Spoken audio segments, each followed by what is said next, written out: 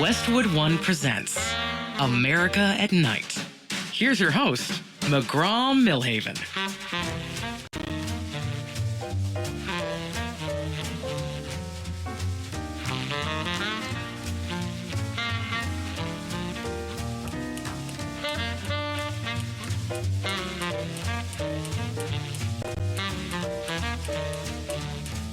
Oh, I'm here.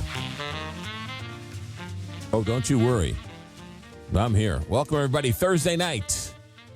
It's America at Night. That's right. McGraw Milhaven here for a Thursday night edition. We got a show for you tonight. Coming up a little bit later on in the show, we are going to check in with a woman, an American, who is trapped in Dubai. That's right. We're going to talk live to a woman who's trapped in Dubai. It is 7:30 in the morning on Friday in Dubai. So we'll check in with them in hour number 2. Also in hour number 2, I think we talked about this earlier in the week, did you see that story in Texas of that hot air balloon that was caught on a cell tower 900 feet in the air? They waited 40 minutes for the firefighters to drive out to the cell phone tower, climb up the cell phone tower, and then shimmy out to the hot air balloon basket to shimmy the 2 pilots back to safety. Well, next hour, we are going to talk to the firefighters who climbed that ladder. That's right, that cell phone tower. Now, when I say a cell phone tower, I mean a triangular cell phone tower where the ladder is in the middle and it's straight up. We'll do that in hour number 2. Also, hour number 1, it's Thursday, and so we had to rearrange the schedule a little bit because we're checking in with somebody from Dubai. So we asked Bill Clevlin to come in an hour earlier. So Bill's on the road in the first hour. So we'll do that a little bit later on. But this first half of this first hour, we wanted to talk to some military families and some military moms to get a sense of what they're thinking as they watch this war unfold. Daniella Horne joins us. She is a digital organizer, and she is part of an organization called Secure Families Initiative. Daniella, you are a veteran and a military spouse. Is that correct? Hi, yes, it's correct. Yeah, Daniella Horne, thanks for joining us here on America at Night. When did you serve? How did you serve? Oh, thanks for having me. So I served back in 2000 to about 2016 in Army, and I am a Navy spouse. I stayed within the branches for a little bit. Sure, and you have little kids, right? You don't have any children who are military age. No, I have young kids. You have young kids, yeah. Tell us what this organization is, Secure Families Initiative. Tell us about that. Yeah, so the Secure Families Initiative is a nonpartisan organization. We elevate the voices of military families in national security conversations. So our mission is simple. It's to mobilize diverse military partners, parents, kids, and veterans like myself to vote and to advocate for their communities, especially on issues of foreign policy. Yeah, talk about the voting, because I find this interesting. A lot of people don't understand that voting as a veteran or voting as an active military is very hard to do. You guys help sort of help getting military personnel to vote? Yes, more specifically on the family side, but yes, we do help families just go through the steps of voting, especially because we do have a lot of families living overseas, and they tend to have difficulty with voting. They do have to send an absentee ballot and things like that. So there are a lot of different steps to it, and a lot of them need a little extra help and just get them engaged in voting. Yeah, and also you were here today, and you're then transferred somewhere else tomorrow, and the ballot was going somewhere, and you're somewhere else. I mean, it's a very confusing and very difficult thing. Yes, it is really tough, especially with constantly moving, to change your home of record, your ID information, all that stuff. It is just one hurdle after the next when it comes to the military families. So we're here to help them. Yeah. Daniella Horne, what are your organizations saying about this current bombing issue going on with Iran? So obviously when conflict escalates, most conversations focus on the strategy and politics of it all. But for military families, this is our reality. It's just an everyday thing. So seeing a lot of overwhelming emotions. There are families who feel upset, who feel a little bit hurt, who don't know what we do next. We are hearing a lot of just the absence of the discussion with having these conversations in policy. And, there's a layered impacts of these deployments.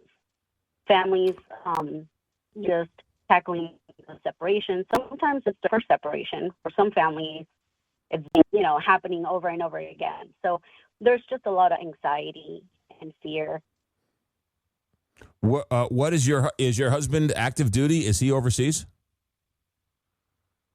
He is active duty, but he's not currently overseas. Gotcha. Explain to people, because it's hard for civilians to understand what goes through your mind as you watch the news. What goes through your mind as you watch this unfold? You have friends, you have neighbors, you have lifelong friends, you have acquaintances, you have people you've served with who are called up, who are sort of attached to this or not attached to this. Take me through your thinking as you put your head on the pillow at night, Daniella. So for me, it's a little bit of a different experience because I do have my veteran side and military side, so on my military spouse side. So I can see that when these current conflicts escalate, I can see it both the personal side and the professional side. I know what it feels like inside a military home, these headlines change. And I understand that there is a lot of fear that comes to that. And a lot of military families are feeling that. There's a lot of, the what if, and there's a lot of changing plans, and there's a lot of bracing ourselves for what could come next. What don't civilians understand about a military family? I think what is difficult to understand is that we are not the ones making these decisions, right? So we're not the ones in the, the policy and, the decisions that leadership's making. And sometimes on the civilian side, we tend to be put into the category of oh, you're just going to war and doing all these things. There's a normalcy to that. I think it's our job to kind of help our civilian counterparts understand that sometimes we don't have a staging, and we want them to understand that we just take it back and still dealing with our day-to-day routines and stuff like that, all while our service members are overseas. Yeah, no, it must be just nerve-wracking because you live moment to moment, day to day, right? I mean, the orders can come in a moment's notice, and you have to drop everything and spring into action, and that's sort of a very difficult way to live. It is. We need to just stand by because the timeline shift quickly, and much their entire from child here to up, and we need to figure out our day-to-day still. And for many families,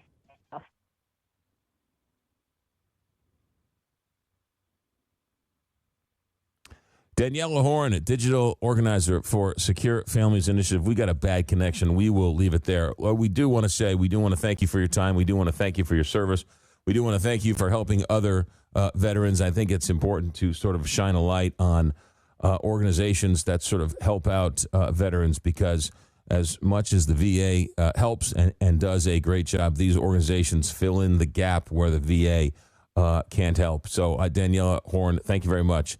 Digital organizer for Secure Families Initiative. It reminds me of a story here in St. Louis of a gentleman I met during the war in Iraq, and he was without. Well, it's just not. Not gonna embarrass him. I might embarrass him, but all of this is public record. He was a student at Washington University. He was a military man, and he was a student at Washington University, and he dropped out. And one of the reasons why he dropped out was navigating the tuition and navigating the benefits that you got as a veteran, and the bursar's office at WashU just was incompatible, and it was a nightmare of red tape. And so ultimately, here's a man who was in the military, and he was by the book, and he was do it right, and this is the way you do it, and Mr. Hospital Corners. And he gets to a college campus, which is much more sort of free thinking and much more loose, and it just did not work for him. And so this wonderful gentleman dropped out. And luckily, somebody at Washington University reached out to him and asked him, hey, what happened? And he said, look, your bursar's office is a nightmare. And you're not helping veterans, you're hurting veterans because of X, Y, and Z, and so on and so forth. And to the credit of Washington University, they said, you know what, we're going to put you in charge of veterans on campus. And he took that role and ran with it, and started up all sorts of organizations, and started up all sorts of initiatives. One small example of veterans having to come back to society, and society not understanding the veterans, and the veterans not understanding society. And we had him on the show from time to time, and it was a wonderful, wonderful education for all of us to hear a veteran explain. You often hear veterans say it's very difficult to re-engage in society, but what does that mean exactly? And he talked about that. I thought it was always quite fascinating. The other thing he taught me was that, and this is so hard to understand about veterans or civilians, really. And that was this, is that one of the things he did was that he helped companies hire veterans. And I thought to myself, what are you talking about? I would think all sorts of companies would love to hire veterans because they're hardworking, they're on time, they're in leadership roles, they've had to do all sorts of things, right? They're very teachable, they're very pliable, they're very attentive. All the wonderful skills you learn in the military can be applied to any job on the outside. And what he was telling me was, again, that civilian jobs are very different than military jobs, and so you need a transition. You need somebody to sort of communicate between the human resources department and the military veteran. And again, he was set up to help companies sort of, breach that gap, and did a wonderful job of matching veterans with companies that needed veterans but didn't even know they needed veterans. And it was a widely successful program. And again, when you hear veterans and veterans groups say veterans have a hard time transitioning back into civilian life, that's some of the things they're talking about. So we wanted to get her on to get a little sense of what it's like for a military family. I apologize for the difficulty with the technology, but that was the goal of the conversation, and I do what I can. All right, stay right there. We're just getting started. America at Night. Bill on the road. Bill Clevlin's going to join us in just a couple of minutes, and then in hour number 2, we're going to talk to those firefighters who had that balloon rescue in Texas. It was one of the most harrowing, vertigo-inducing videos you'll ever see of this balloon stuck on this cell phone tower. We'll talk to the firefighters who were there to help. And then we'll talk to an American who is stuck in Dubai trying to get out. She's a Houston native stranded in Dubai. We'll talk with her in hour number 2. We're just getting started. America at Night, back in a moment. America at Night with McGraw Milhaven.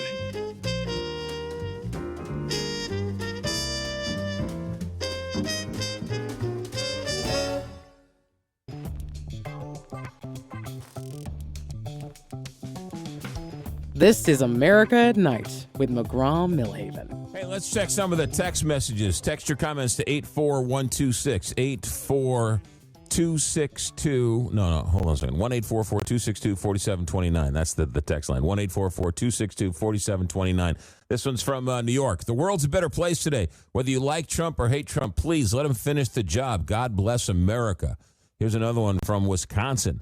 I'm not going to lie. That last caller was confusing as heck. I'm sorry for y'all. I believe he was referring to the woman last night who called up who was convinced that President Trump is in her. President Trump's in his third term. From Chicago, OMG, what? We made the decision to go to Iran instead of fund health care? What a stupid take. That's Marjorie Taylor Greene's that's sort of what she's saying, and many others talking about America first. Tallarico is a far-left lunatic. You need to get a show on MSNBC. That's from Tennessee. Not a fan of Cornyn, but Paxson is a fool and is corruption walking. That woman from California is QAnon. Here's one from Sheboygan. I really enjoyed the interview about Larry Bird earlier in the week. He and Magic were my idols. I wore their numbers in high school. Glad to say they brought me a lot of luck. Here's another one from Bob in West Virginia. Baloney. American companies can just go ahead and do Venezuela a favor and buy their oil and then sell that to the American people. Duh. Problem solved. Bob in West Virginia. The only problem is that Venezuela can't pump a whole lot of oil because their infrastructure is nowhere, and it's going to take years to rebuild their infrastructure. Music says we're done. We're just getting started on the text lines. Text your comments, 844-2McGraw, 1-844-262-4729. Stay right there. We've got Bill Clevlin somewhere in Utah. Bill Clevlin, Bill on the road every Thursday. We bumped him up to first hour because we got a packed second hour. Stay right there. America at Night, back in a moment. You're listening to America at Night with McGraw Milhaven.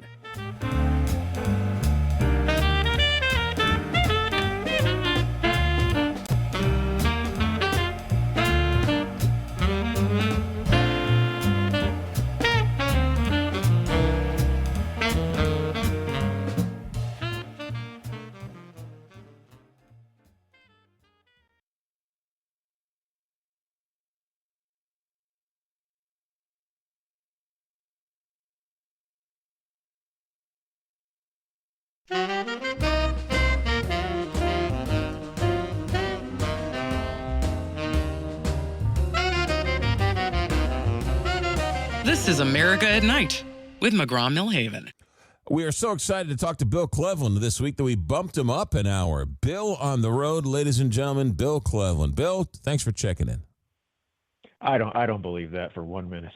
Oh, no, that's true. Oh, no, that is actually so true. Excited to talk to me. Come on, nobody's buying that. I am Shirley MacLaine. All I had to do was wait till Thursday. Wait till Thursday. Where is Bill? We need Bill. So, wow, who would have thought? I'm well, and hope you are as well. All right, where are you in this crazy, mixed-up world? I'm in the great state of Utah, where it's pretty calm and quiet, and have you been to Utah? I've just driven through Utah, and I went to the Olympic opening ceremony. I spent a couple days in Salt Lake City, which was beautiful, and the people could not have been any nicer.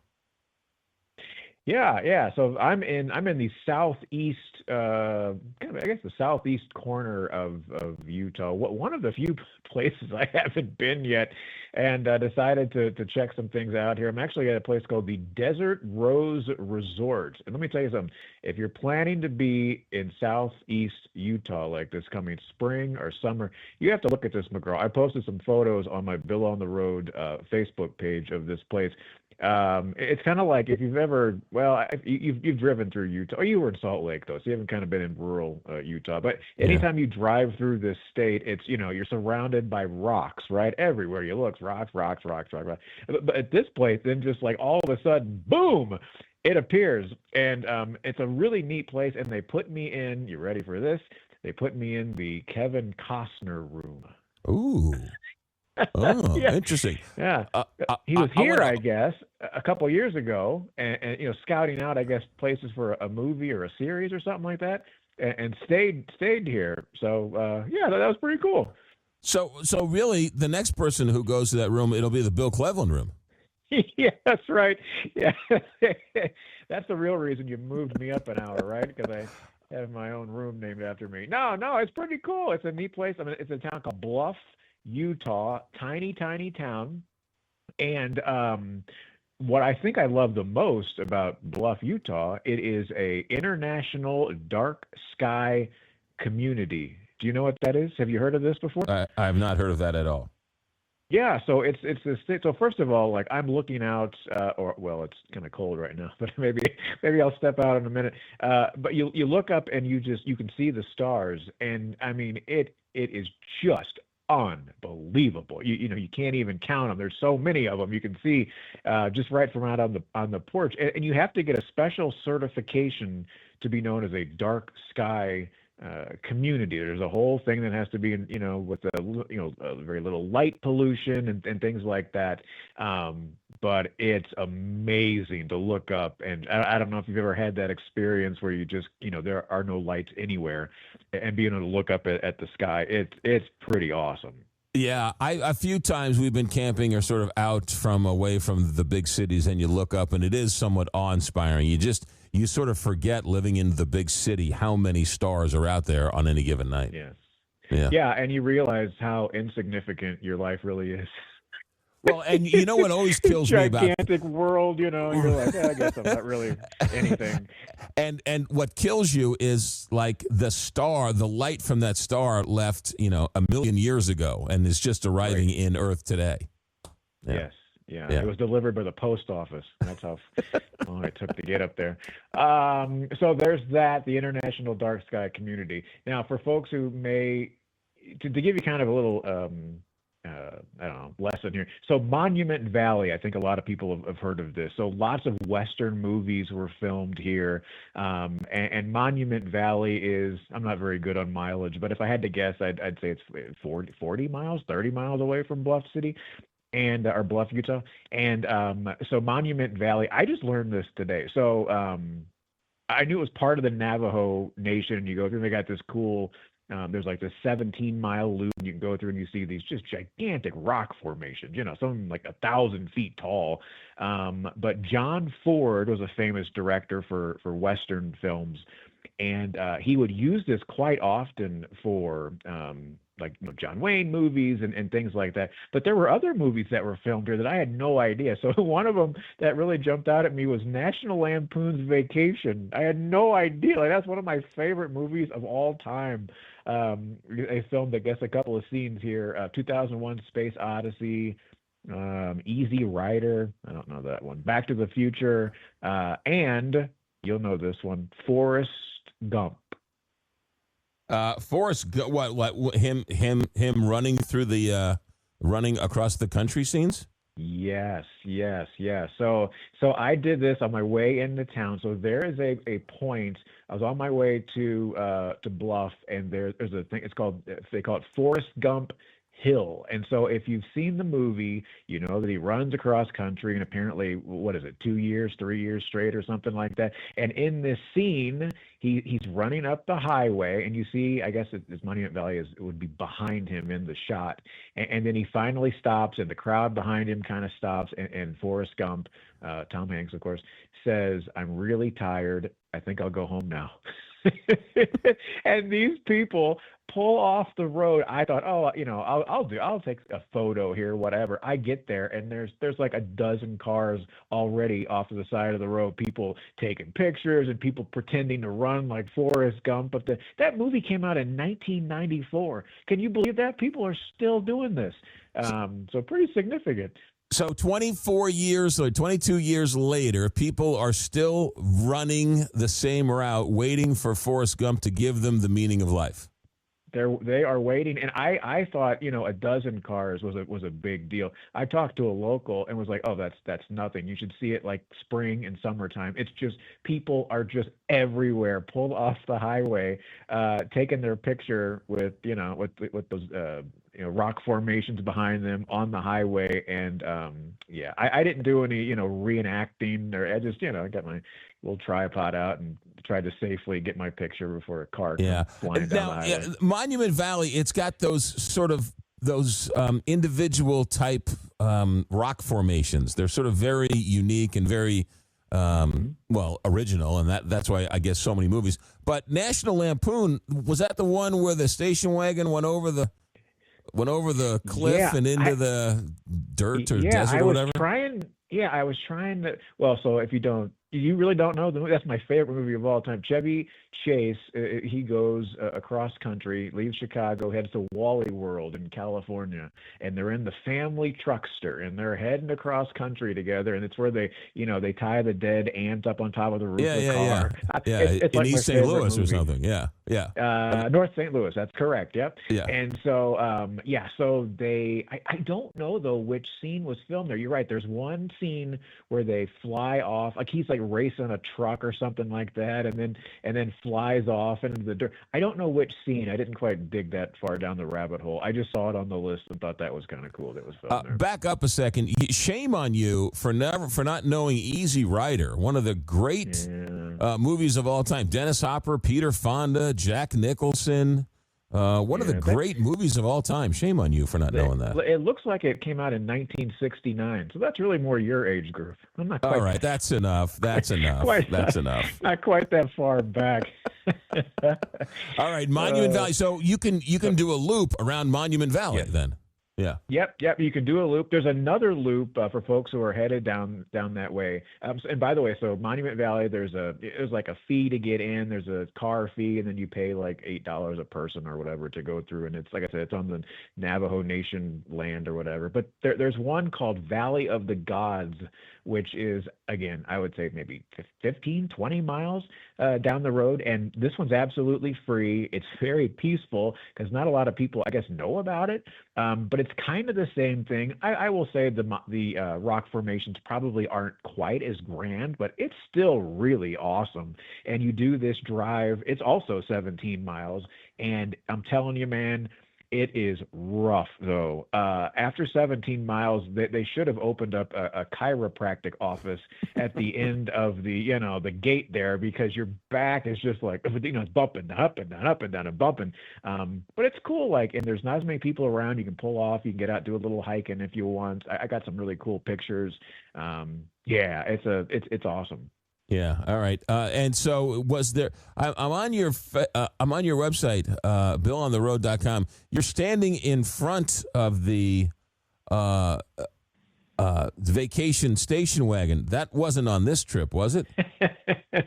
No, but that's interesting timing. That station wagon is in a museum in, what's the name of the town? Well, you have it in front of your whatever town. It's in a museum in northern Illinois, not too far from Chicago. And some guy has collected movie cars, and he has the family truckster in his collection.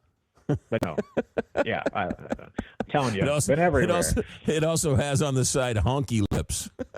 Yes, that's right. Yeah. It was a great scene. They're coming into St. Louis. They're crossing right over the Mississippi River. You see the arch in the background, and they make a wrong turn. Instead of going straight down the highway, they get off and exit too soon and end up in a bad neighborhood. And the hubcaps are taken off the car. They spray paint on their car. It's just such a classic scene and just a great movie. And maybe that's I never thought about it at the time, but maybe that's what got me interested in traveling. Was that movie all those years ago. Form of therapy. Bill on the road here. All right. You're also very close to the Four Corners. Have you been to the Four Corners? Are you going to the Four Corners? I didn't. I kind of did a little research, and it kind of seemed like maybe a little bit of an overrated attraction. Which, by the way, typically I'm for overrated attractions, but I was a little pressed on time, so no, I didn't do the Four Corners. I tell you what, I did do today. This little bonus.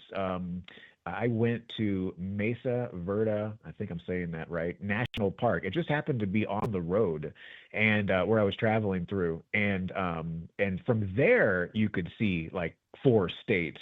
So there are quite a few options in this part of the country where you can see multiple states at one time. So let me get this straight. You've come on the show and you've talked about how you visited a toilet seat museum, and you had time to go visit a toilet seat museum, but you thought the Four Corners monument was a little too kitschy for you? But I mean, how many minutes of programming did we get out of the toilet seat? What am I supposed to tell you? Yeah, okay. My foot was in 4 different states. Big whoop, right? I mean, come on. Gotta pick your battles here, man. I guess so. There's only it's such a big country and we have so little time, I guess. Fair enough. Yeah. I don't know. I've always wanted to go up to the Four Corners for some reason. I don't know, putting your hands and feet in 4 different states at the same time. I don't know.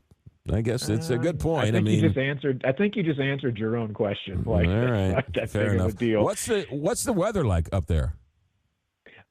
So honestly, the weather has been really nice. Like I always have. I'm a typical travel writer, right? I dress kind of like a homeless person, and that's not a dig. I had somebody in tourism many years ago when I first decided to start getting into this business. I said, "What do all travel writers have in common?" She said, "They all dress like they don't own homes," which I guess I don't technically own a home.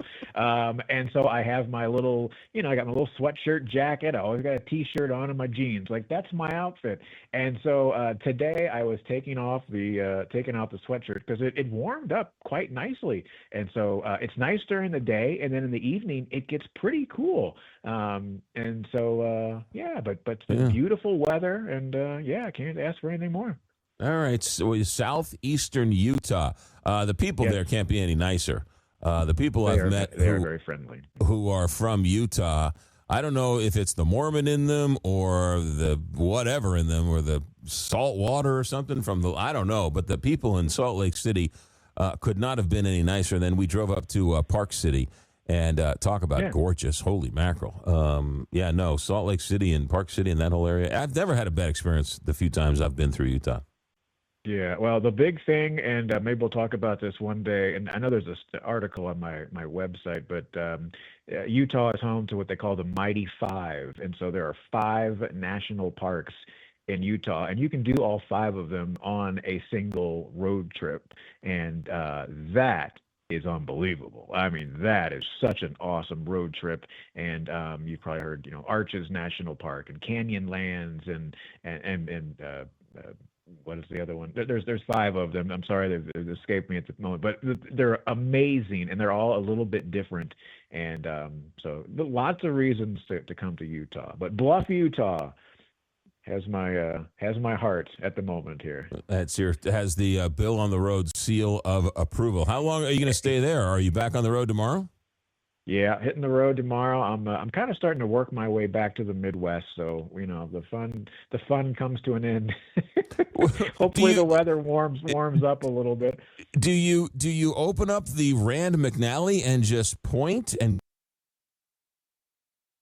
I have a little bit of planning, but there are times where I don't have to plan so much. So I'm done with book signings until middle of April. So I kind of can do whatever I want. I kind of, I've been gone for, I left my father's home. I stayed with him for a couple of weeks, I should say, during the holidays, and then, left December 5th, something like that. And I've been gone quite a while. So circle back, check out some stuff with the family, and then I'll get bored and hit the road again. No. Well, it was smart to spend the winter months in California and San Diego. You're an experienced travel man, so good thinking. All right. The website is BillOnTheRoad.com. You can find out all fine bookstores, also BillOnTheRoad.com. BillOnTheRoad.com. Bill Clevlin every Thursday night with us. Stay right there. America at Night. Back in a moment.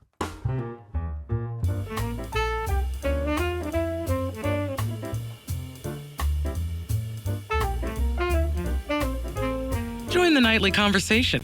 America at Night with McGraw Milhaven.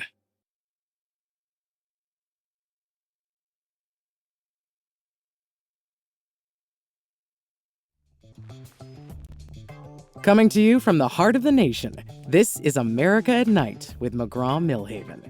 All right, text line is alive and well, 1-844-2-McGraw, 1-844-262-4729. Here's one from Bob in West Virginia. Sounds like companies are just trying to take advantage of the American people. Price gouging because some of the pseudo-belief or alerts that there is an overnight shortage of oil. Yeah, right, I got a bridge to sell you, Bob. Oil's still going up. There aren't shortages yet, but if you look at the traffic running through the Strait of Hormuz, it has dropped to virtually nothing getting through. That oil goes mostly to China. Very little of it comes to America, but it is a global commodity, and oil prices are going up. And, yeah, a bit of panic pricing, if you will, but it ain't going down. It is going up. Sarah from Charleston, South Carolina. I enjoy your show. I would like a schedule of your guests. All you have to do, Sarah, is do exactly what she did, which is text a message to 1-844-2-McGraw, 1-844-262-4729, and then Alex will send you a link. You sign up, and then each and every day you get a menu and a rundown of what's coming up on the show. So there you go. And we'll leave you with this one. Spoke to you the other night. You are great. This is Pinky in New York. Thank you, Pinky. Stay right there. We're going to talk to true American heroes, the firefighters who saved that balloon and the pilots from that balloon 420 feet in the air. We'll talk with them right after the top of the hour break. This is America at Night. Our executive director is Alex Hinton. Our engineer tonight is Richard Good. I'm McGraw Milhaven. America at Night on Westwood One.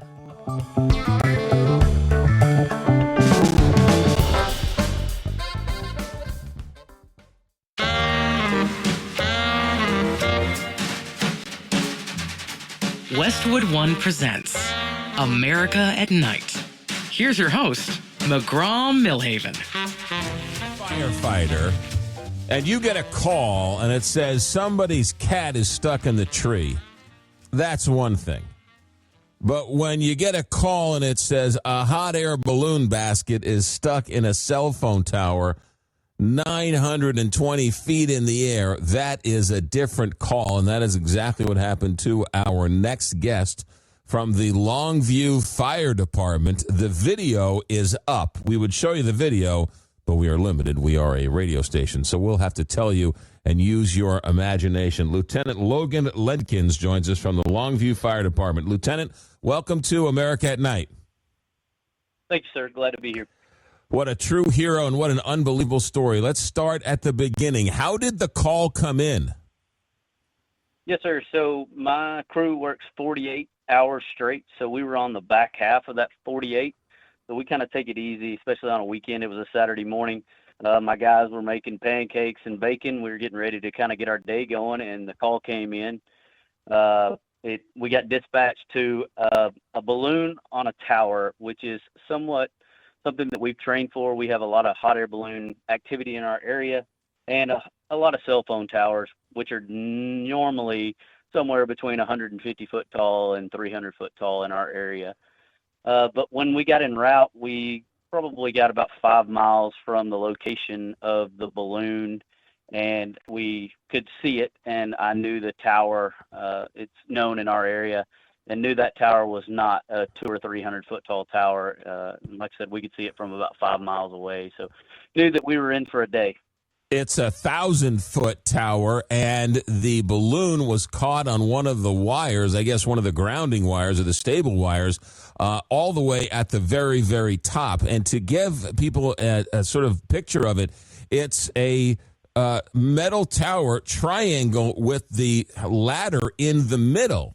Now, when you got there, you had trained on smaller towers. You ever train on anything this large? No, sir, definitely not of that height. To our knowledge at this moment, it's the highest recorded rescue of anybody on a tower that high. So when you got to the location, what was your first thought? What did you do? Well, I had operational command, so unfortunately, I didn't get to make the climb because in our world, that's something we would all actually like to do. But I was in command of the scene, so the first thing I did was get a couple of my guys, my best rope guy and my most athletic guy, and start the climb because I knew that it was going to take them a while. As a matter of fact, it ended up taking my lead climber about 70 minutes to make that climb. So he's a hoss. He weighs 225 pounds, and he's a solid muscle guy, but he also had to take about 50 pounds worth of gear up the tower with him. So how many people did you send up the tower? Ultimately, we had 14 guys on the tower spaced out up and down the tower, but 3 of my guys made it to the very top. Well, they made it to about the 950-foot mark. Were you? It was very windy, it seemed. Were you worried that the balloon fabric was going to rip, or were you somewhat confident that they were relatively safe up there? I thought they were in a great deal of peril at the time. I had no confidence in what was holding them up there, and until we had a rope on them, I was pretty sure that at some point in this evolution that we were going to see that basket fall. Yeah. Did the call come from them in the basket, or did it come from a third party who was watching what happened on the ground? It came from multiples. I was told that there was approximately 30 911 calls about it. As you can imagine, it's high up in the air on a Saturday morning with a lot of people out and about. So a lot of people saw it. But I do believe there was a call from one of the survivors that was in the basket was a female that made a phone call to 911 as well. And through that, we were actually able to make communications with her on the scene. And one of the other captains on scene spoke to her the entire time until we got them on rope. What was their mental state while you were talking to them while they were dangling from the rope? Not good. The woman that the captain was speaking to was very, very distraught, and it was thinking exactly what everybody else was thinking. That, especially, I think when she starts to see fire trucks show up, you get a little bit of false sense of reality and hope for just a minute that this is all going to be over in a second, and that was not the case. It was going to take a little while to get up there to them. So when she was told that it was probably going to take an hour for us to get up there, she just told the captain, "Well, we're not going to make it then." So they were really scared. Yeah, I would think so. So it takes your best guys 70 minutes to get to the top. You finally get to the balloon. The balloon is dangling from this wire, detached from the actual ladder that they're on. What's the strategy then? Yeah, so the basket ended up being about 15 foot away from the tower structure. Like you say, you can just imagine a tower that has guy wires coming off of it. So they were kind of wrapped up in those guy wires, and the basket came to rest about 15 foot.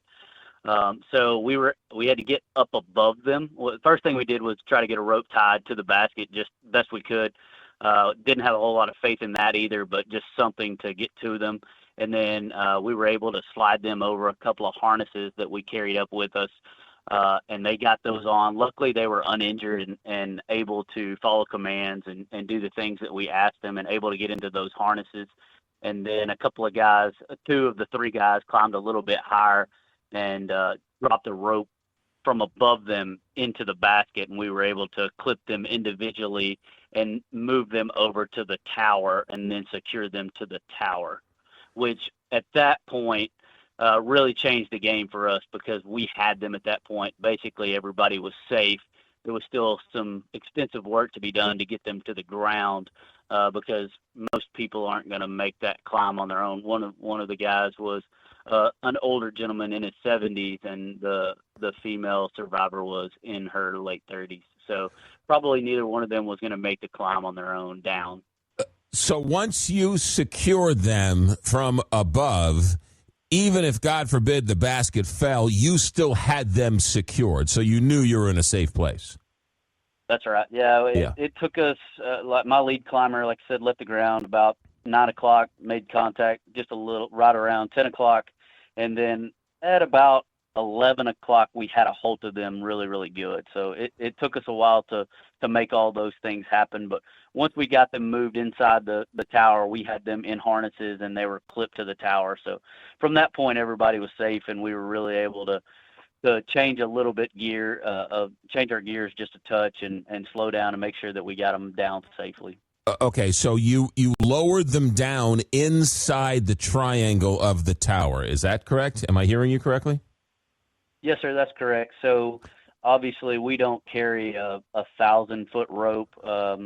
This is the first rescue that we've ever been at that height, but we do carry a 300-foot rope. And I just had, like I said, I had 14 guys spaced out over the towers, and we basically would lower them down approximately 200 foot at a time. And then I would have another set of guys build a system and hook into them and lower them another 200 foot on a different rope. And then we just kind of leapfrogged all the way down the tower just like that. So we did it I had to have 6 different groups up and down the tower to make that happen. So it took your guys 70 minutes to get from the ground all the way to the balloon. How long did it take you to lower them down from the balloon to the ground? it was probably about 45 minutes just because of the changeovers that we had to make. So we received the call at 8:13 in the morning, and we had both of the survivors on the ground at 12:43. So about 4.5 hours later, from the time that we were here at the station to the time they were on the ground was about 4.5 hours. Now, I saw one of your guys being interviewed who was there at the top, and he said, yeah, I'm afraid of heights, and yet that didn't stop him from going 920 feet in the air to save these guys. Yes, sir. Yeah, firemen are a rare breed. I'll definitely say that.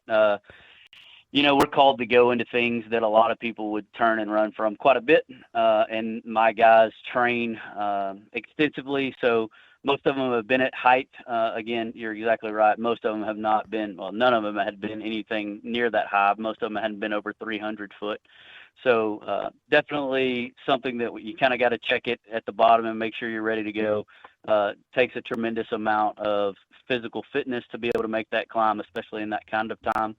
And then also a lot of mental fortitude to be able to, we all have the fears. It's just being able to put them somewhere for a time to do a job.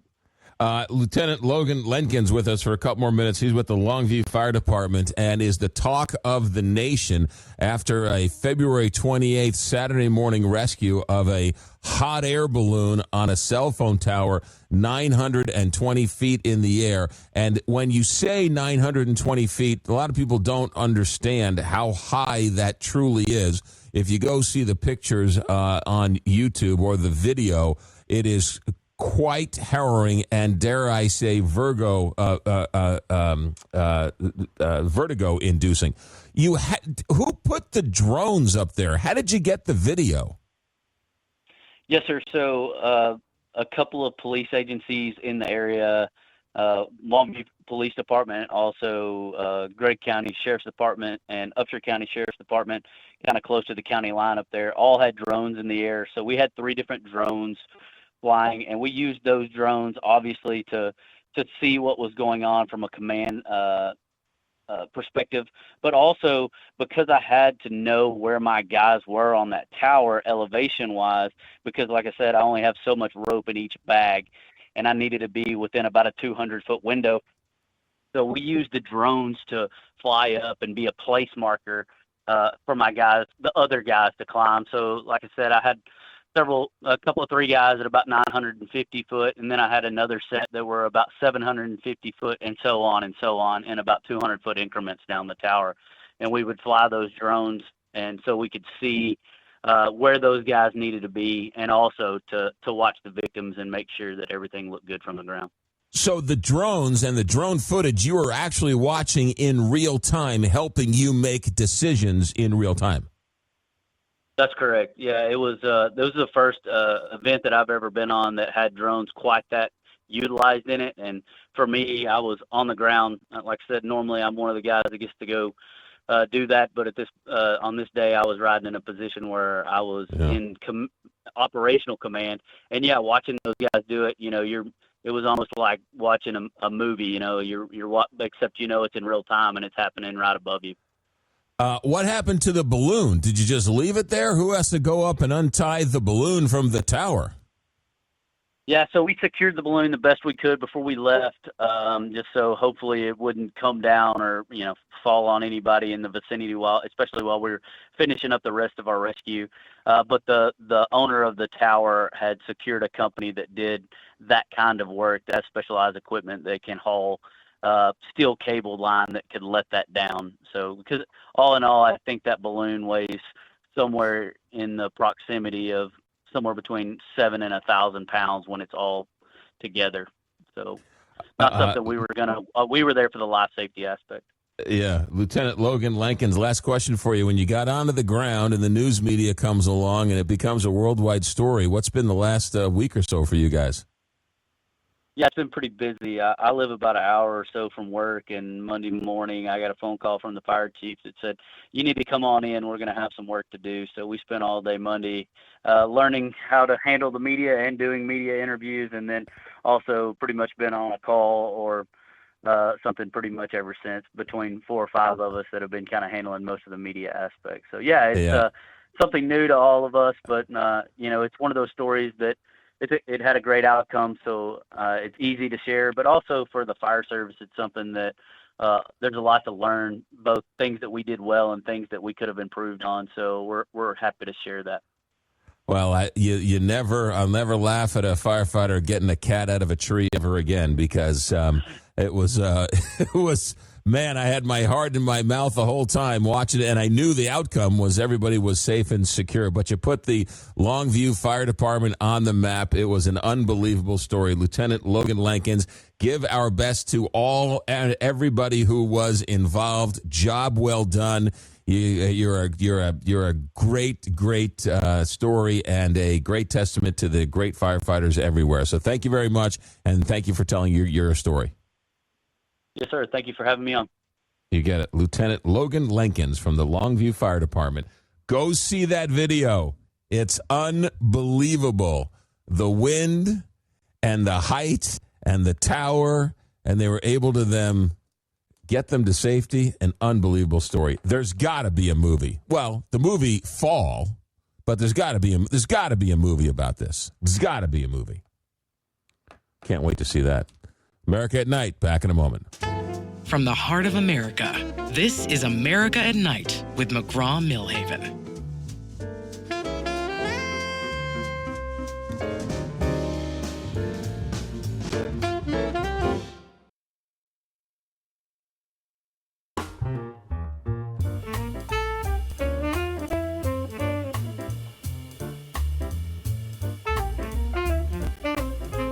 Join the nightly conversation, America at Night with McGraw Milhaven. Text your comments to 1-844-2-McGraw, 1-844-262-4729 from the text line. Listen to this one. You liberal, why don't you put on graybullrescue.org? This organization is getting Americans out of those Middle Eastern countries quickly, daily, and for free. You got to have these veterans on your show, or do you hate veterans? They even rescued a guy from a Russian prison. They rescue Americans that others, including our government, won't or can't rescue. Sorry, 779. We had Gray Bull Rescue on the show last night. We talked to him for a half hour. The story was unbelievable. So you missed it. You go back and listen to it. By the way, you can go back and listen to it because the show gets turned into a podcast where all fine podcasts are found. America at Night. Where's this from? British Columbia. You got to love those good news stories that leave your chops on the floor. Yeah, this one is unbelievable. Here's another one. Texting in from southern New Mexico. Why did you allow that wingnut to spew her nonsense last night about Trump's third term? Well, one man's nonsense is another man's brilliance. That's what she thought. That's what Open Phones is about. It's not what I think. It's not what you think. It's about what she called up. She wanted to talk about how President Trump was in his third term. We had a nice conversation. She was a lovely lady. So there you go. I don't judge. I'm not a judger. Actually, I really do like to judge, but not on stuff like that. Closing, mostly. All right, stay right there. We're going to talk to a woman who is stuck in Dubai live. It's Friday morning in Dubai. We're going to talk with her next. America at Night. Back in a moment.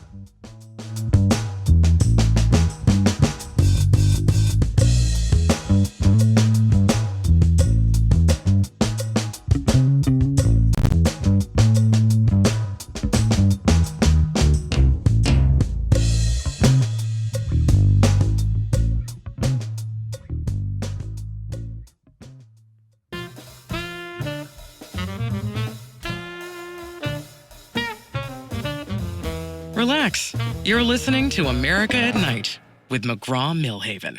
Hey, it's all about open phones next hour, and of course the text messages are going strong. We love the fact that people are embracing the text message, so we love the texts. 1-844-2-McGraw, 1-844-262-4729. Let me give you a plug for tomorrow's show while we have you. Tomorrow on the program, we are going to talk to a gentleman who wrote a book.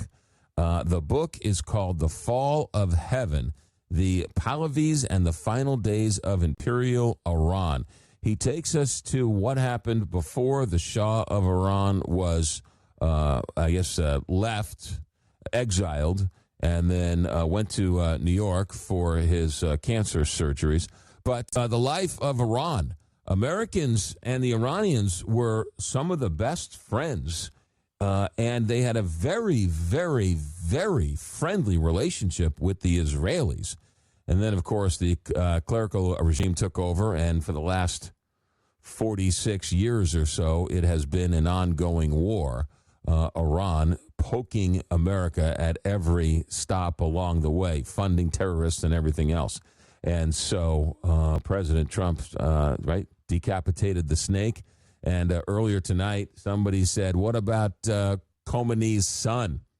And Donald Trump said, no, he doesn't have, I'm paraphrasing here. Trump said something along the lines of, he doesn't have it. And, by the way, I'm going to have a hand in picking it. Well, it might not be Khomeini's son, but you know what? It might be the Shah of Iran's son, because Rez Pahlavi has been living in America all these years, and he is making rumblings that he would like to come back. And there's a bit of a nostalgia going on with the Iranian people, wishing for whatever happened to the Shah. We had it good under the Shah of Iran, and we weren't so oppressed as we are now. And so who knows? Stranger things have happened. But could you imagine that full circle moment where the Shah's son would come back in power? Anyway, the point of the story is we have Andrew Scott Cooper on the show tomorrow, who wrote this book about Iran. It's a fascinating look, and if you want to know what's going on today, we need a little check of history, and so he'll give us that primer tomorrow night in the first hour. Do we have our guest? Have we secured our guest, Shantz? All right, well, here's the deal. We're trying to get a hold of Shantz Day, an American who's trapped in Dubai. She went over there last week for her 30th birthday party. She's from Texas, and her girlfriend said, hey, let's go celebrate my 30th birthday party in Dubai. And they were having a lovely time, hanging out on the beach, going to the clubs, doing a little shopping, visiting all the sites. And lo and behold, right before they were ready to leave, they looked down on the news and saw that Israel and America started bombing Iran, and that the Abu Dhabi airspace was closed. They are within, they are right there on the Persian Gulf, and they are right next to the Strait of Hormuz, so they are right in the action. And we were trying to hook up with her with some type of Zoom call, and so as you can imagine, I'm sure it's hit or miss. So we were sort of expecting it was, we tried it. We'll see if we can get it. We'll still keep it going if we hear anything from her. But until then, I guess it's you and me. So phone calls and text messages, 1-844-262-4729,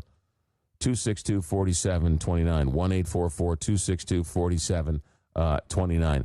What's interesting about Iran and all of this is, and I was it. Eric Erickson, I heard say this earlier today, the conservative talk show host, who I actually have a great deal of respect for. I've been reading him and listening to him for years. He said something today that was quite interesting. He said it's basically been a forever war with Iran. Not necessarily America with Iran, but with Iran with the West and with America. They have been poking the bear. They have been funding terrorist attacks. They've been funding Hezbollah. They've been funding Hamas. They've been constantly trying to disrupt and agitate and picking a fight with the Americans for years. And the Americans we were so preoccupied with Iran. We were so preoccupied with Iraq. We were preoccupied with after 9/11. Certainly understandable that we just sort of left this open sore of Iran continue to fester.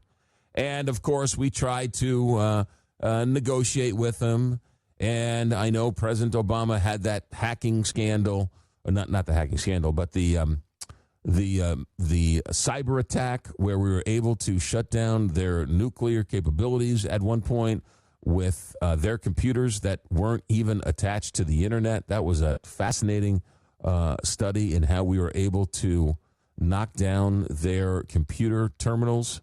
And as a precaution, they weren't even attached to the internet, and yet we were still able to jump that gap and to basically infect all of their computers with malware and spiderware and all that other stuff. So, I mean, it's been an ongoing tit for tat. But President Trump got tired of it. He wanted to decapitate it. He wants a new future for Iran. Does it make sense that some secular person is going to take control? I don't know. Is it going to be another clerical radical? I don't know. But if you read the tea leaves, it sounds like President Trump wants to install a government that is friendly to the United States. Now, like he did in Venezuela, right? Even though it's the same regime, that regime, I guess, we're assuming, is friendlier to the United States. Are they taking direct orders from Washington? I don't know. We don't know at this point. But apparently President Trump wants a friendlier regime in Iran. And from all accounts, right, full steam ahead. So we'll see how all of this works. But it is it's an interesting play. I've said it before, and I'll say it again. And I agree with the people. Now, I would say this whether Biden went in or Obama went in or a Democrat went in or Trump went in. I am convinced of that. And I would be called every name in the other book, and I'm used to it. But I'll say this before, and I'll say it again. This might turn out to be a brilliant move by Donald Trump. I mean, this might be brilliant. And if it works, right, you have a whole new Middle East, If you can put in a friendlier regime, you still have to deal with the extremists, but you'll have some people who are there who can help fight the extremists. They won't be in power. They won't be able to do as much damage. The people of Iran will be free to continue on, right? Iran's a very forward-thinking, a very westernized country in a lot of ways, thanks to the Shah of Iran and everything else. But anyway, could be brilliant. We don't know yet. It also could be a disaster. We don't know that either. This could tumble into pure and utter chaos. We don't know. That's why it's a gamble for President Trump. Could be a brilliant move. It could be an utter disaster. Again, we just don't know. And if you think you know, I think you're crazy. We can't predict the future. So there's too many moving parts, and we'll just have to watch it and talk about it and see how it all works out. But at this point, I don't think we have any idea how it's going to turn out. It could go either way. So we'll sit and keep our fingers crossed and hope for the best.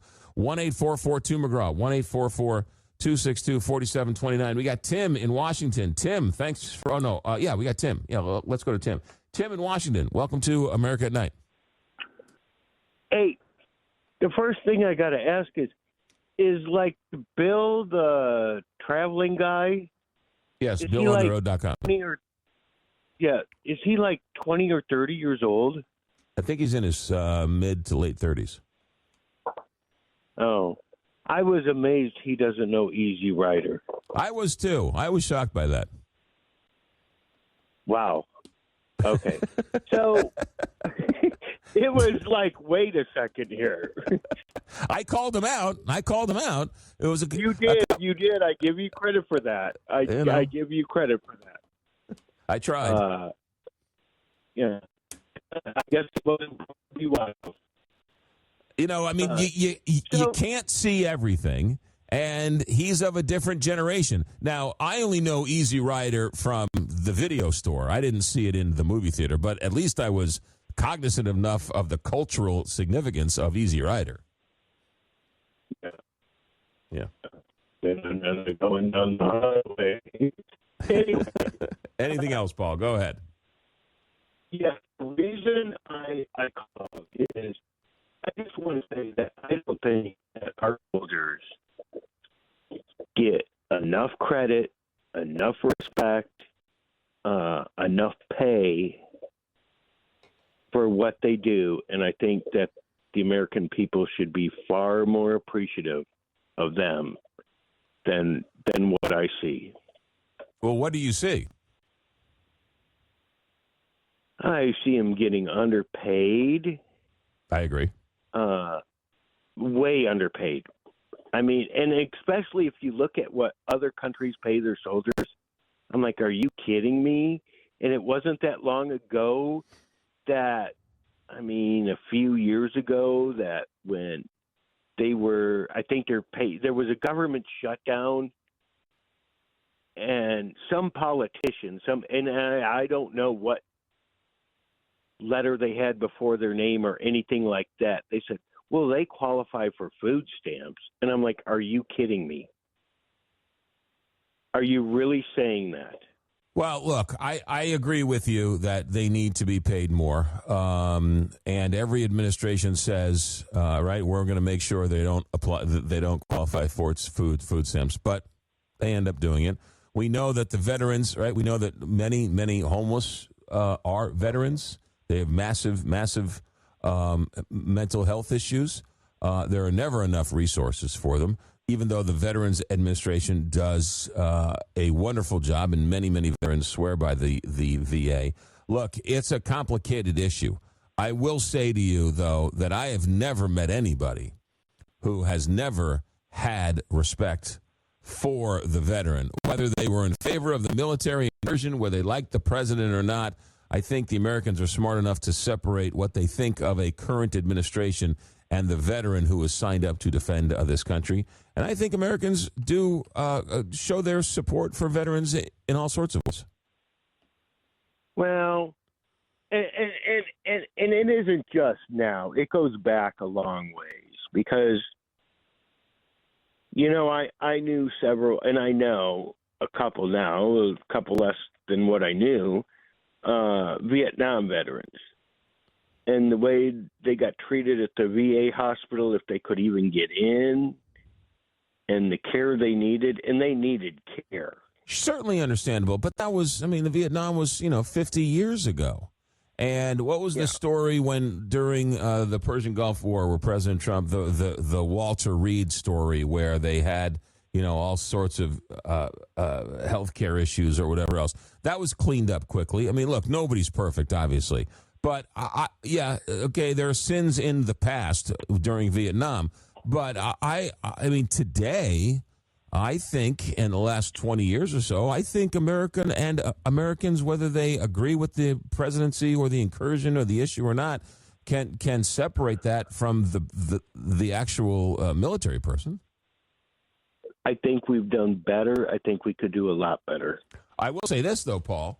I do find it interesting, right? It's Tim. Why do you keep calling me Paul? Because Paul's the next guy on the line. Sorry, I didn't call you Easy Rider. I still know Easy Rider. I will say this, Tim. I will say this. I do find it interesting that there are people in this country that tell, like gay people, they're not allowed to be. I don't think you have the right to protect this country. I do find it interesting that they tell transgender people, I don't think you deserve the right to, sign up for the military. I find that somewhat offensive, right? Why can't a transgender person serve their country just because they're transgender? I think if they can do the job, who cares? I know you played sports. I know you played sports. Yeah.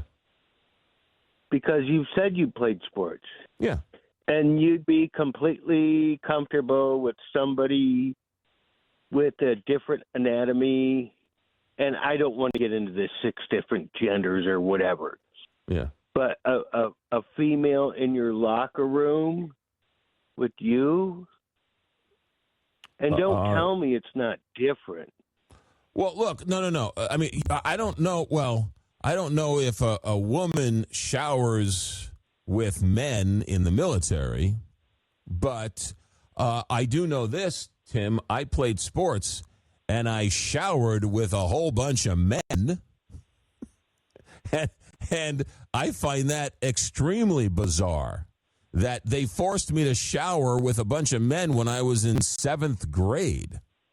I find that more bizarre. That was the first you got it? I was showering with guys when I was like in elementary school. Okay, well, that's weird. That's right. People have problems with a library book on a shelf in a school. How about the fact that you had kids showering naked together in 7th grade? That's weird. That's weird. But I can't believe I can't believe that we in this country tell other Americans you're not acceptable to defend your country. Here's the offensive. deal. We're going down a completely different road, but you took me there. So I will. And you know what? I have no problem with gay people. I have no problem with transgender people. I just don't want my granddaughter with a guy in the locker room. And you say, well, they shouldn't be showering. They shouldn't be showering. They shouldn't be undressing. But they are. And I don't want – I don't know. It's kind of like – Tim, call back next time. I have no time. I'm a slave to the clock. Thanks for the phone call. That's Tim in Emerson, Washington. America at Night. Back in a moment. Live from coast to coast, this is America at Night with McGraw Milhaven.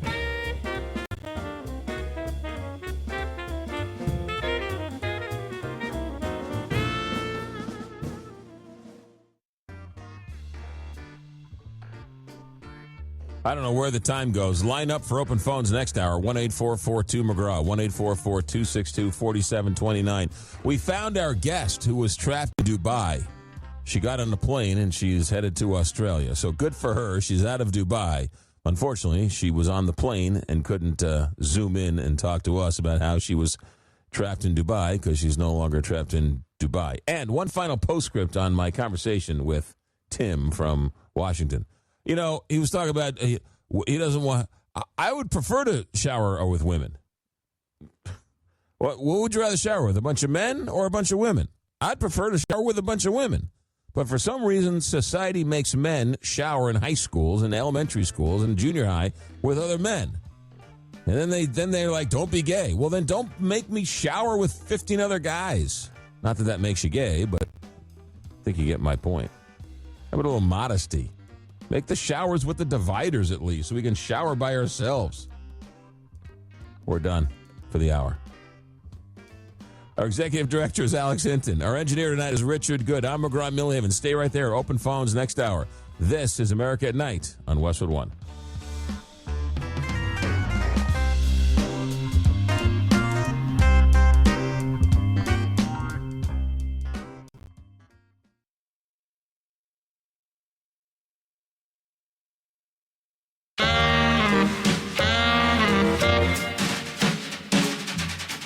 Westwood One presents America at Night. Here's your host, McGraw Milhaven.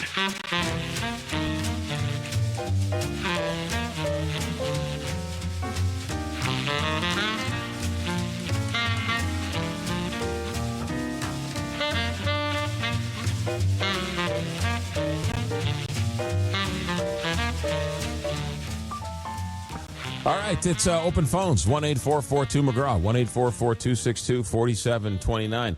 Let's take the phone calls, take the text messages as they come. I got a text message here from Wisconsin. So what time do you guys do the show live? Because last night because you guys read my text today, and that made me happy. And yes, I was referring to that one woman from California yesterday. We do the show live from 8 to 11 Central Time, which is 9 to midnight Eastern Time. And I have absolutely no idea what time that is on the West Coast. And don't get me started in Hawaii. So I don't know. I got to check on that.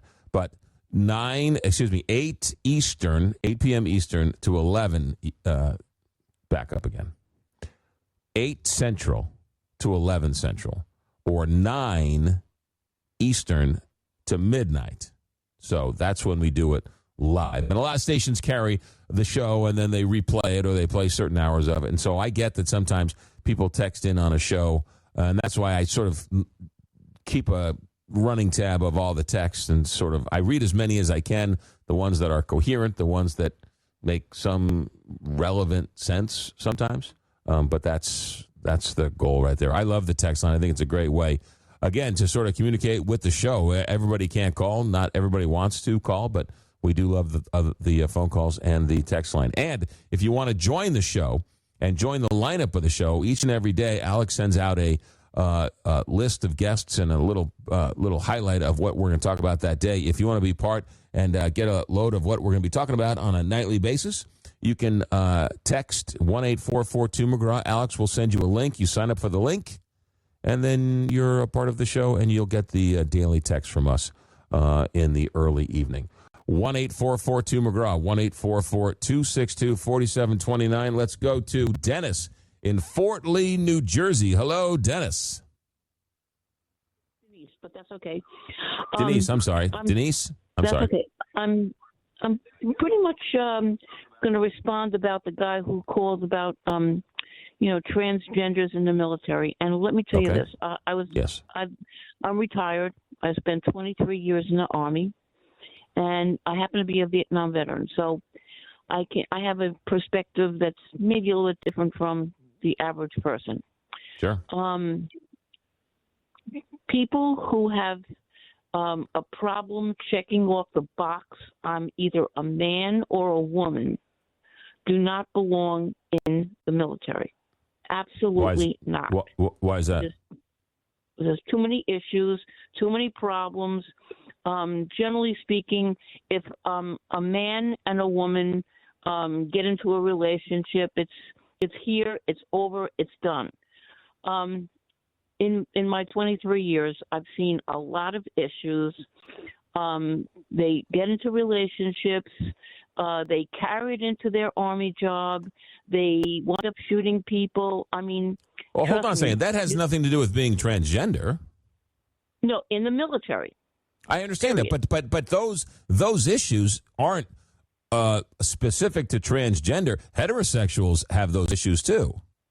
I understand that. But what I'm saying to you is it's a problem. It's more of a problem in the military. I know, but why? But I don't. I understand you say it's a problem, but what's the problem? The problem is they have completely different a mentality about being in the military. It's, first of all, there was a time when if you had a problem checking off the correct box, you were booted out. It was called a Section 8. I understand that, but what is the problem? What is the problem of a transgendered person serving in the military?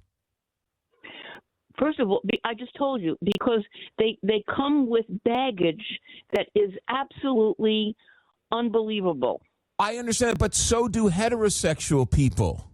No, What is the baggage? What is the baggage that transgender people bring to the military that is specific to trans? No, you didn't. You don't want to hear it. What I'm saying to you is they come into the military with all kinds of baggage. I know. For example, what are you talking about? I just told you. They come what in with type with of baggage doesn't everybody comes to every relationship, and every heterosexual comes to the military with baggage. What do you mean? Explain baggage to me. You don't want to hear it. I'm telling you. I'm asking you to tell me. I've been telling you. They come in with problems with relationships, and they carry it heterosexual into their people. Heterosexual people come to the military with relationship issues. That's not specific to transgendered people. Listen to me. Not like it is with transgender people. Trust me.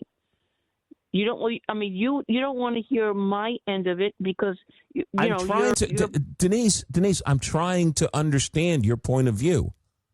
You have not articulated why a transgendered person relationships issues is somehow detrimental to doing their job in the military. I just told you. They carry it into other parts of their military life. Every single transgendered person brings relationship baggage that is detrimental to any job they do in the military. Correct. Every single one of them. Yes. Okay. And I'll give you one example. I mean, I can give you a couple of examples. One example is I was enlisted first, and then I took a commission. When I went overseas, when I went to Vietnam, I was an officer. So I come to the job, and I have a BOQ, which means I have my own apartment. Prior to that, there were people in my unit who, there must have been about 5 or 6, maybe 8 of them who were gay. Gay people. That's one whole one. Do they bring baggage to the military where they shouldn't be in the military? Absolutely. Oh, absolutely. Okay. So gays shouldn't serve either because of their baggage they bring to the military. Correct. Okay. Correct. Because I'll be honest with you, I remember being in my unit when when you're enlisted, you don't have an apartment. You live with 10 other people or 15 other people. They would try to, let's say, force me into a relationship with somebody. I'm not interested in that. I wasn't interested. All the gays tried to force you into a relationship. I'm not saying all of them. I'm saying maybe 5 or 6. Look. Well, you have an agenda, and you don't want to hear my agenda. I was in. You weren't. You've been on the air for 6 minutes now. I've been trying to answer. I've been trying to listen to you for 6 minutes. Why won't you listen? You don't want to hear my side. They don't belong in the military. And if the uniform duly code, noted. Listen. If the Uniform Code of Military Justice said at that point in time, 20, 30 years ago, that it was improper to be gay, or in those days, transgender wasn't even an issue 30 years ago. It was just gay. Let me ask you this question real quick, because I got a break. How gay can you be to be in the military? Can you get drunk one night and sleep with a man and just by accident? Is that still acceptable to be in the military? I mean, how many gay relationships do you have to have before you're deemed unacceptable to serve in the military?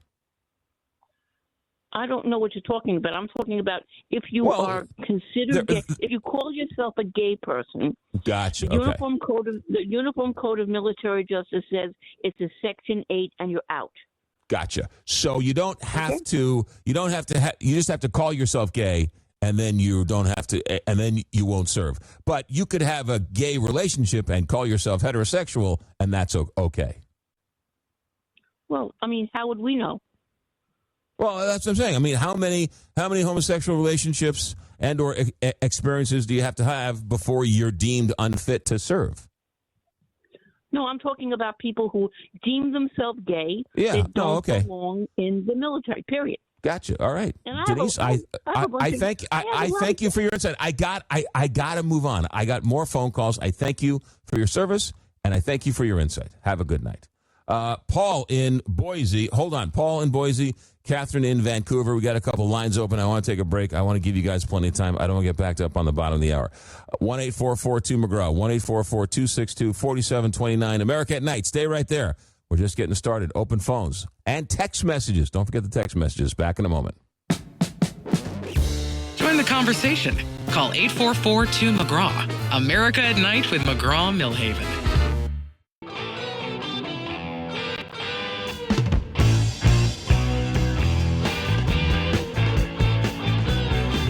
Join the conversation. Call 844-2-McGraw. America at Night with McGraw Milhaven. All right, let's go back to the phones. I believe you got Paul in Boise. Paul, thanks for holding on. Welcome to America at Night. Hello. Thanks for taking my call. Can you hear me okay? You can hear you loud and clear, Paul. Okay, sir. Yeah, three things, three brief ones. The actress name that was in Easy Rider in the scene when they were in the cemetery was Karen Black. Karen Black. I don't know. Yeah, and they picked her up at the house of ill repute and took her to the cemetery and took some LSD. Is the way it came down. I read a book on that. It was a pretty unusual book to read, but let me tell you, it was strange. But yeah, I don't think I was ready to be reading it. But I think, as far as the military is concerned and having to deal with somebody that's had a surgery performed on them, I could see why they'd be sleeping with one eye open, just out of fear and maybe a little bit of just not wanting to conform to the way they live. They should be conforming to the way the other one lives. But still has his two nads and his tallywhacker. All right, Paul. This is a family show. Keep it clean. That's it. That's all right. it on those two. No, all right, thanks. I didn't want to say it too graphic. That's why I use those. Yeah. Okay. Well, you did. So let us move on. Anything else, Paul? No, just thanks for taking my call. It's kind of difficult to bring that topic up in America right now. Thanks for the phone call, Paul. Appreciate it. Catherine in Vancouver. Hello.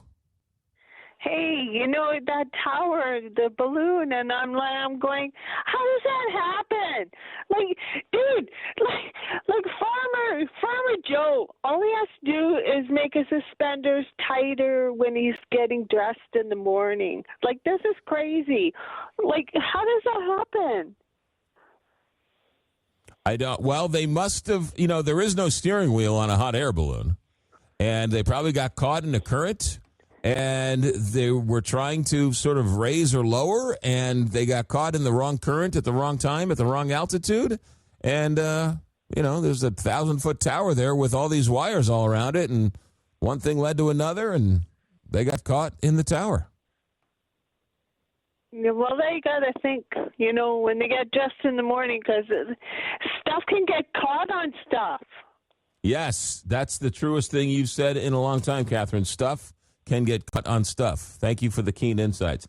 Catherine, thanks for checking in, as always. 1-844-2-McGraw, 1-844-262-4729. From the text line, a military retiree here who is stunned by the woman who just was on the air discussing transgendered individuals in the military. All I can say is that I'm glad that the people that I served with were not as obtuse as she seemed to be. P.S. I had a transgendered woman save my life, and I was honored to be her best friend. So there you go. That's from the 505 area code. 1-844-2-McGraw, 1-844-262-4729. Those are the phone numbers. Look, I don't know. How did we ever got on that topic? Right? Somebody called up and said that we don't we don't honor military veterans anymore. We went sideways on that topic real fast. And he brought up Vietnam, and yeah, I know the stories about Vietnam, but I think we do a pretty good job in this country as citizens. I think institutions can do a better job. The VA, but you talk to veterans, and they have great respect for the VA. I know some veterans that are very critical of the VA, but I know very many more veterans who are very, very proud of the Veterans Administration. Whether that needs to change or not, I'm not right. I'm not the expert, but I think that let's put it this way: if you're saying all we do is stand up at a football game and cheer when it says to honor the veterans, yeah, we do a good job of that. But are we there when they really need us? In other words, do we look the other way when a homeless person is a veteran, right? Are we there to help in a time of need? Are we there when they need our help in finding a job, getting a job, right? Do we support veteran-run businesses? It's one thing to stand up and say, hey, thank a veteran, but do we walk the walk when we walk the walk? And you know what? I think for the most part, as rank-and-file citizens, we do. I think we do a good job. I think there's only so much we can do as a citizen, but I think regardless of what you think of whatever military incursion or whoever's in the White House, I think the American people, I think, do honor and respect the military. Anyway, 1-844-2-McGraw, 1-844-262-4729. Being a rural volunteer fire department myself, I can understand what kind of mental fortitude Logan was dealing with. We deal with grass fires and traffic incidents mostly. That's why we get the chicks. All right, a rural volunteer fire department. That's the way to go, huh?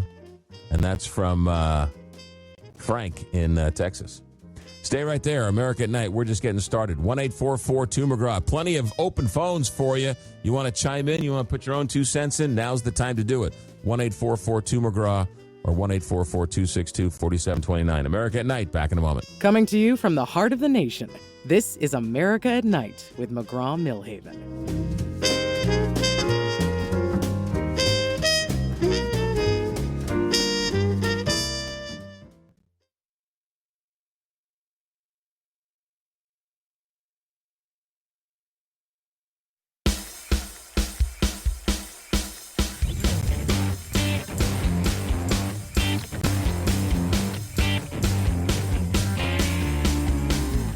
What's on your mind? Call 844-2-McGraw and be a part of America at Night with McGraw Milhaven. All right, let's go to the phones. We've got Scott in St. Louis. Scott, welcome to America at Night. Yeah, apparently Iran has they have underwater drones, so they don't need those ships that were blowing up apparently. And I mean, I don't know. I mean, it seems like I think the reason he fired Kristi Noem is because he does kind of care about the Poles, you know. Oh, there's no question. He's polling underwater on immigration.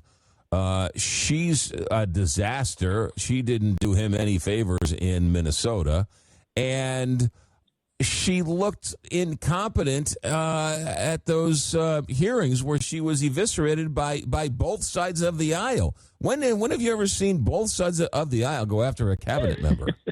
I mean, you just never see that. And then, of course, I either forgot or didn't know that she spent $200 million on an ad campaign. Really? Wow. 200? Wow. And the ad campaign was of her? That's what, I mean, if you're Trump's, man, she tried to outshine Trump. You don't do that, right? She had $200 million ad campaign, and she was in the middle. If it was a $200 million ad campaign and it was about Trump, okay, that's fine. But she put herself in those ads? No, she had to go. There's no way. Not to mention, She's asked about her affair with Corey Lewandowski, and her husband's sitting right there. Oh, she's married?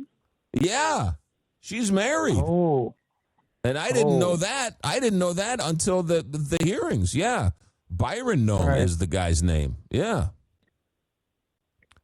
Yeah, well, I think Trump, I think he knows he's losing, and he's not going to say that, of course. The MAGAs aren't going to admit to it, but he's losing. Well, and that's good. I don't know if he's losing. He's the polls. He's not doing very well in the polls.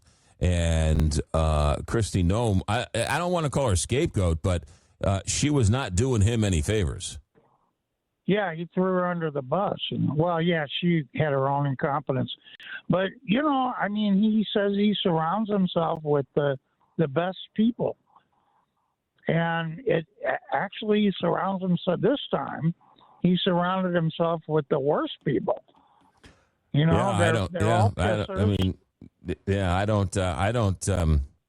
don't get Kristi Noem. Have you seen a picture of her before she took the filler or the Botox or whatever happened to her? It doesn't even look like the same person. Really? I mean, yeah. Go take a look at her when she was governor of South Dakota a couple years ago, and then take a look at just do a before and after picture, and it doesn't even look like the same person. When she showed up for the administration, and I saw a picture of her, I was like, "Who's that?" And then they told me it was Kristi Noem. I was like, "No, it's not," and it doesn't look anything like her. So, Scott, thanks for the phone call. Paul in Zanesville, Ohio. Paul, welcome to America at Night. Good evening. Good evening. I almost forgot your name. McGraw. Yeah. Close enough. Yeah. Look. Yeah. Hey. I'm impressed with your show, man. I really am. I've been a long-time listener since Jim Bohannon.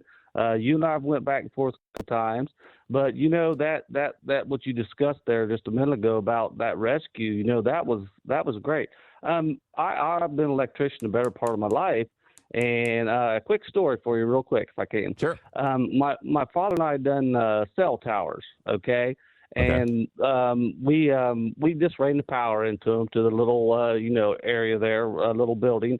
And they would have special crews come in and go way up high, to make you've seen the strobe lights, the red lights, they're on top of those. Yeah. Yeah.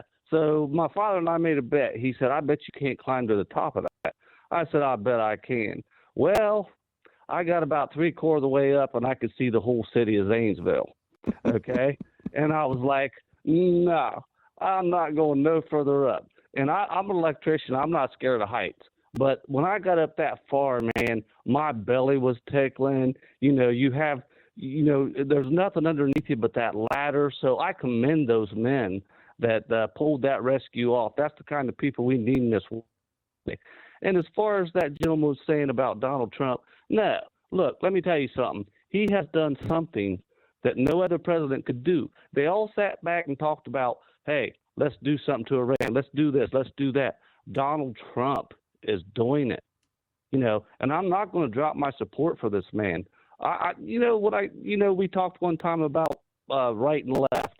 I'm kind of in the middle, but I kind of lean to the right. And I said, well, maybe McGraw, you lean to the left a little bit. And you said, well, Paul, let me tell you something. You just don't know what party is what the platform is anymore like that. And I believe that anymore. And the more I listen to you, you make sense. And I appreciate that. That little story there, one thing I won't do is go down in the ground. I could never be a coal miner, So, yeah. Bro, you're doing great, man. I appreciate you. Listen to you every night. Well, Paul, thank you very much. Stay off those ladders and stay off those cell towers. 62 years old. 62 years old. Not going to climb up them. Make sure you're grounded every time you're working around electricity, Tom. Paul, I need every listener I can get. Thanks for checking in. Hey, let me tell you something. Without electricity, we have nothing. I know. Just shut your house off. Shut your house off for a day. Hit your main breaker and see how well you do without your electricity. God love you, Paul. Man. No, I hear you. Yep, No. I know. No. You know how much I love to pretend how much of a home improvement guy I am. I don't touch electricity. I leave it to the experts. Paul, thanks for checking in. Have a good night. You too. All right, let's try Danny in Rolla. Danny, welcome to America at Night. Hey, what's going on, bud?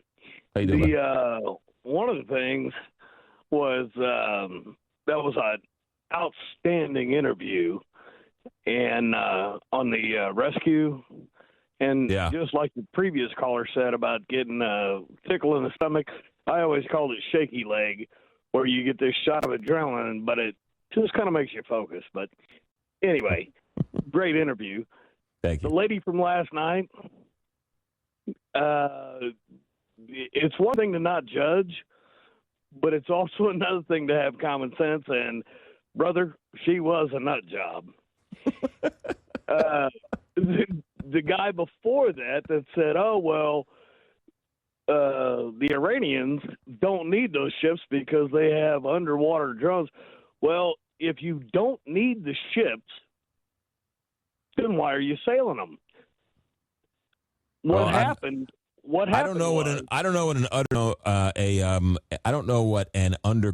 underwater drone is. Wouldn't that be a submarine? I don't either. I've never heard of it. But here's the thing: if you don't need your ships, then why are you sailing them? Yeah. For one thing. For the second thing, the ship that was one of the boats that was sank was the first ship that was sank since World War II by a submarine. By a torpedo, yeah. By a torpedo, right. yeah. And then the gentleman also said, well, why does he surround himself with good people? And, oh, no, it's not good people. One person is not people. People is multiple. If she's one person that made bad decisions, okay, you cull them out. It's like if you're a rancher and you have one sick cow, you cull them out, you get them away from the rest.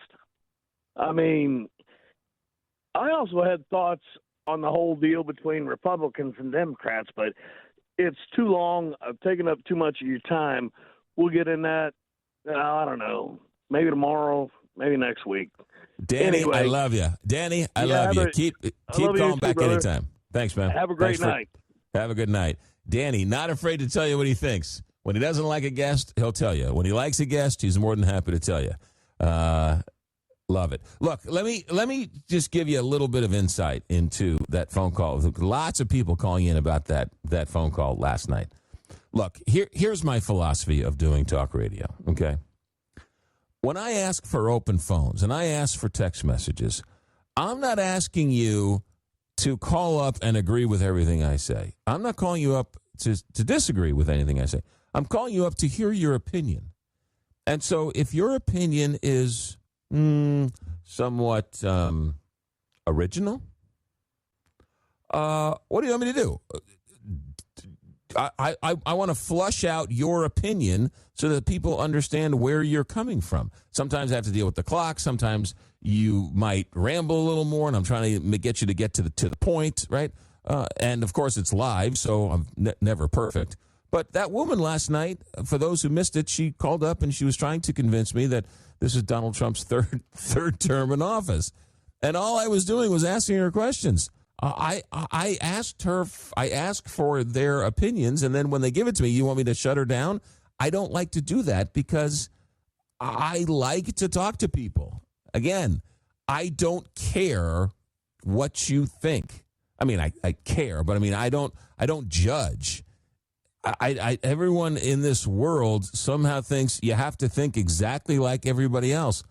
I wasn't raised like that. I was raised to defend your position. We don't care what it is, but you better be educated enough and defend it and have a take and, be respectful of others who have a difference of opinion. And so that's all I was trying to do. I find it interesting to talk to people who thinks that this is President Trump's third term. That's why I questioned her about it. And who do you blame for the high inflation if you don't blame Biden, since he's not in office? That's all. So lots of people chiming in on that. Kathy checks in from, where's Kathy calling in from? Kathy's texting in from Pennsylvania. Kathy, where is Bill on the road? Kathy, we had to move him up a full hour because we were trying to talk to a woman who was trapped in Dubai. Turns out she got a flight to Australia. She blew off us, so we didn't get to talk to her, and we moved Bill Clevlin up to the first hour. So go back to the podcast. You can listen to Bill on the Road segment with us. He's in the first hour tonight, where all fine podcasts are offered. So we apologize. We moved heaven and earth to get this woman from Dubai on, and then it turns out she blew us off because she got a plane ride. Justifiably so. I'm not saying she should have missed the plane to talk to us, but she was on a plane to Australia. That's why she didn't call up on the show. All right, let's do this. Let's go to Tony in Montreal. Tony, good morning. Welcome to America at Night. How are you? How you doing? Good. How are you? Fine. The embarrassingly handsome McGraw, how you doing about that? If someone told you were embarrassingly handsome and then you would be stepping up to the plate and being president of the United States, all it took is that you'd have to be good looking as the Zoolander, California premier of his debt-ridden province. He's embarrassingly handsome, according to Katie Couric, who was gushing all over Newsom. Man, this guy has women just crawling up to him. It's unbelievable. Well, I guess that makes him president right away. Hold on a second. Doesn't matter that he.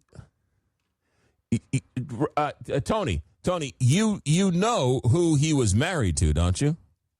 No, not at all. Yeah, he was married to Donald Trump Jr.'s girlfriend for a long time, who is now the ambassador to Greece. I didn't know that. Yeah, and she was on Fox News, and her name escapes me now. Kimberly Guilfoyle, right? Okay. Gavin Newsom. I've seen her, but I didn't know she was related to Newsom. Well, no. Gavin Newsom was married to Kimberly Guilfoyle, and then they got divorced, and then she went on Fox News. She became a star on Fox News, and then she started dating Donald Trump Jr., dated him for a long time, broke up with him right around Trump was getting reelected. That's why she showed up at the January 6th, and that's why she spoke at the January 6th rally and all that stuff. Then they broke up just as Trump was getting into office for the second time, and then Donald Trump Sr. made her the ambassador to Greece. Well, I'll just say this. Katie Couric is some incredible journalist. Maybe not anywhere near the journalist that you are, but she certainly knows how to find a Zoolander, and she certainly knows how to gush over a guy that's got $1 billion. And certainly she might be looking for some type of diplomatic immunity or even a position somewhere around the world, maybe Italy or Greece, where it's very nice and warm, so that when Mr. Newsom becomes the king of the United States, he could probably figure out how to put out the fires in California and fix all those homes that he hasn't built yet. But that's another story. I just want to say one other thing. It's funny, like how these movie stars and these TV reporters, I don't know if you've heard about Michelle Tafoya. She used to be on the sideline interviewer on the NFL games. Yeah, now she's running for governor of Minnesota. Is that right? Governor of Minnesota? Senator. She's running against Peggy Flanagan, and she's bombing Waltz and Peggy Flanagan and Keith Ellison, and she's co-sponsoring the deportation of the Fraudsters Act, which was co-sponsored by Senator Cornyn and Ted Cruz, two Republicans, and she said she would push that through, and she's a Democrat. So I thought she was running as a. Hold on a second. I thought Tafoya was running as a Republican. I thought she was. They said that she was a Democrat. That's why I was surprised. Let's do a quick little search on the box I have in front of me. Michelle Tafoya. Let's say running for Senate. And she announced her candidacy for the U.S. Senate in Minnesota as a Republican, January 21st, 2026. Okay, so that makes sense then. Okay, good. So It's just that it's like anything else. Like you have profile. Like I don't know. Like does she have any any type of experience running? No, she has Minnesota? no. I believe she was. I think she left her. Tony, thanks for the phone call. I got to go. She left her job as a sports reporter, and she's now running for office. I believe this is her first foray into politics. But experience doesn't matter. Donald Trump didn't have any experience. Al Franken didn't have any experience. Who was the governor of? Who was the wrestler who was governor of Minnesota? Right, he didn't have any. Right, the wrestler guy. Right, he didn't have any experience. Do you need experience? I mean, I don't know. We got to go. Back in a moment. America at Night. Thanks for joining us. America at Night with McGraw Milhaven. Hey, we're done. We're out of time. Thanks for listening. Thanks for calling, as always. If you missed any part of the show, we got a lot of great response from the firefighters who we talked to down in Longview, Texas, about that balloon rescue.